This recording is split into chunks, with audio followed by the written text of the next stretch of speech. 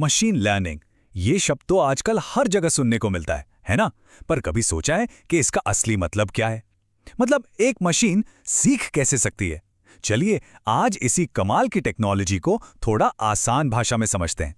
तो सबसे बड़ा और सबसे पहला सवाल यही आता है, एक कंप्यूटर अपने तजुर्बे से यानी एक्सपीरियंस से सीख कैसे सकता है?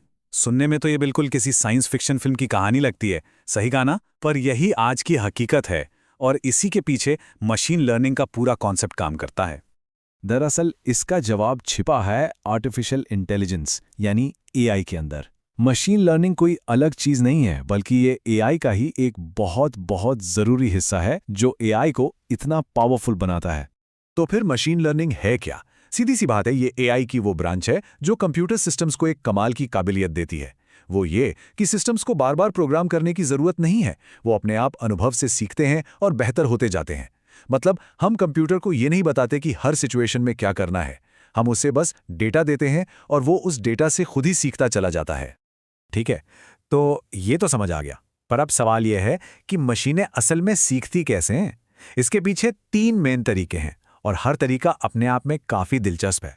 तो देखिए, सीखने के 2 बड़े रास्ते हैं। पहला है सुपरवाइज लर्निंग।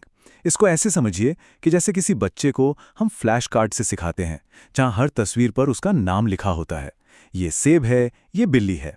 मशीन भी बिल्कुल ऐसे ही लेबल किए हुए डेटा से सीखती है। और दूसरा रास्ता है अनसुपरवाइज लर्निंग। इसमें मशीन को बिना लेबल वाला बिखरा हुआ डेटा दिया जाता है और मशीन का काम होता है उस डेटा में खुद ही छिपे हुए पैटर्न या ग्रुप्स को खोजना। बिल्कुल वैसे ही जैसे हम किसी भीड़ में देखकर अंदाजा लगा लेते हैं कि कौन सा ग्रुप दोस्तों का है।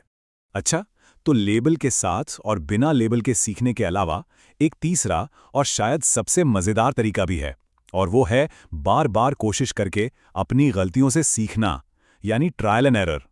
इस तरीके को कहते हैं रीइंफोर्समेंट लर्निंग। इसमें एल्गोरिदम सही काम करने पर इनाम और गलत काम करने पर एक तरह की सजा पाकर सीखता है। ये बिल्कुल वैसा ही है जैसे हम अपने किसी पेट को ट्रेनिंग देते हैं। अच्छा काम किया तो ट्रीट मिली और कुछ गड़बड़ की तो हमने उसे टोका। धीरे धीरे वो खुद ही सही बर्ताव करना सीख जाता है। तो ये तो बात हो गई कि मशीनें सीखती कैसे हैं। अब जरा ये देखते हैं कि डेटा से लेकर आखिरी फैसले तक पहुंचने का ये पूरा सफर होता कैसा है। ये इंटेलिजेंट सिस्टम बनाने का एक तरह का पूरा ब्लूप्रिंट है। इस पूरे प्रोसेस को मशीन लर्निंग वर्कफ्लो कहते हैं।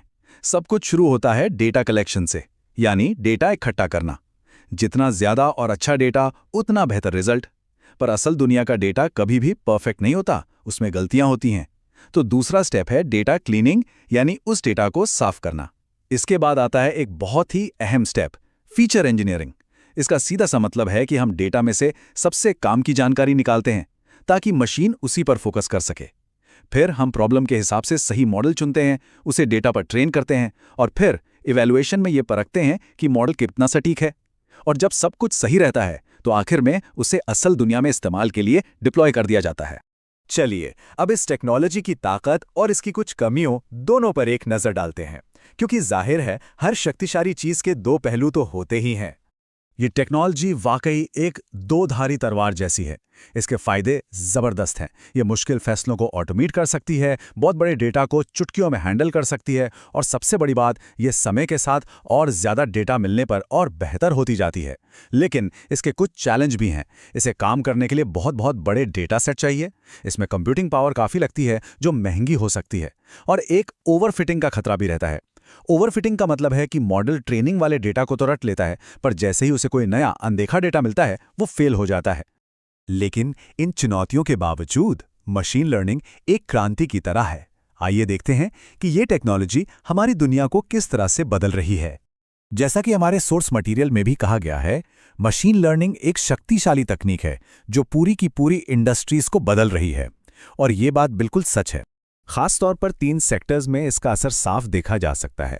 हेल्थ केयर में, जहां ये बीमारियों को जल्दी पकड़ने में मदद कर रही है, फाइनेंस में, जहां ये फ्रॉड का पता लगा रही है, और ई-कॉमर्स में, जहां ये हमें हमारी पसंद के हिसाब से प्रोडक्ट्स के सुझाव देती है। तो आखिर में सवाल ये उठता है कि जब हमारे पास ऐसी मशीनें हैं जो सीख सकती हैं, तो वो अगली कौन सी बड़ी मानवीय चुनौती होगी जिसे हम सब मिलकर हल कर सकते हैं?